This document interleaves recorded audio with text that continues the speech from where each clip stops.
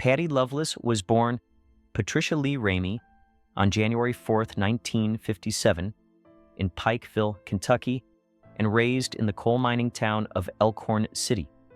Her childhood was shaped by the Appalachian Mountains and the music that flowed through them, bluegrass, gospel, and traditional country echoing through family gatherings and church halls.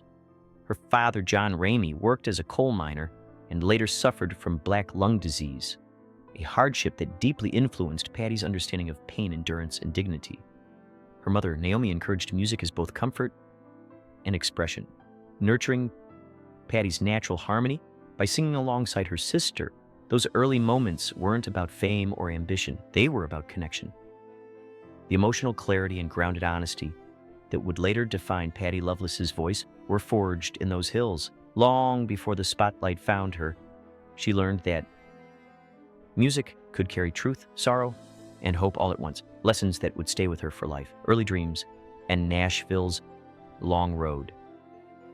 As a teenager, Patty looked to artists like Loretta Lynn and Dolly Parton, women who proved that humble beginnings didn't limit greatness. With her brother Roger's encouragement and guidance, she began performing and traveling to Nashville, slowly learning the industry from the ground up.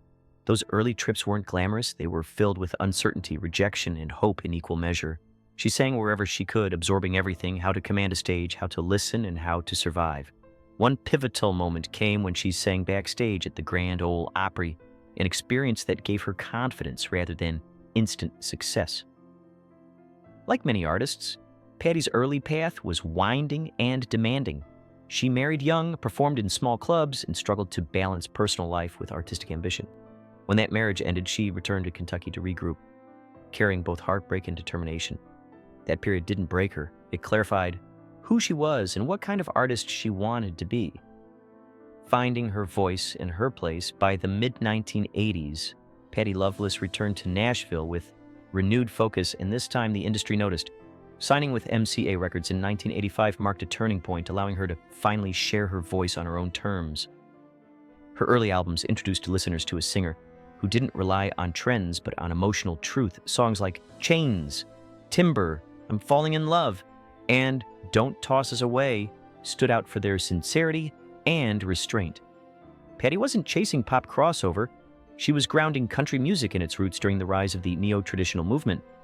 Audiences connected because she sounded real, like someone who had lived the stories she sang. Critics praised her ability to inhabit a song completely, never overselling emotion, never holding back truth. With each release, she carved out a reputation as an artist who respected the past while still sounding current, proving that authenticity never goes out of style. The golden years of emotional storytelling.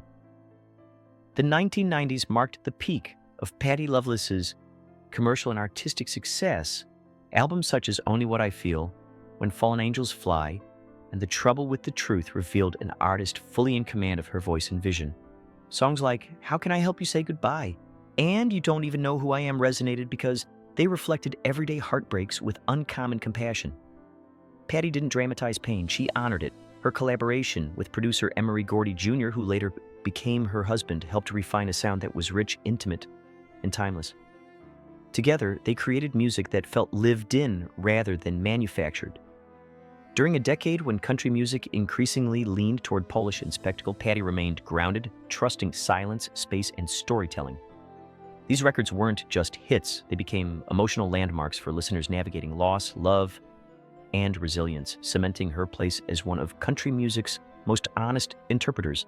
Love, partnership, and creative stability. Patty Loveless's personal life quietly shaped her artistic depth. After an early marriage that ended amid the pressures of ambition and uncertainty, she eventually found lasting partnership with Emery Gordy Jr. Their relationship was built on respect, shared values, and deep musical understanding. Gordy didn't try to change Patty's voice, he protected it. Their marriage in 1989 marked a season of stability that allowed her creativity to flourish without chaos.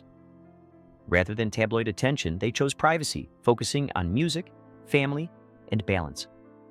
That emotional safety translated directly into her work, giving her the freedom to explore vulnerability without fear. Patty's songs during this era feel steady, reflective, and confident, mirroring a life that had found its footing.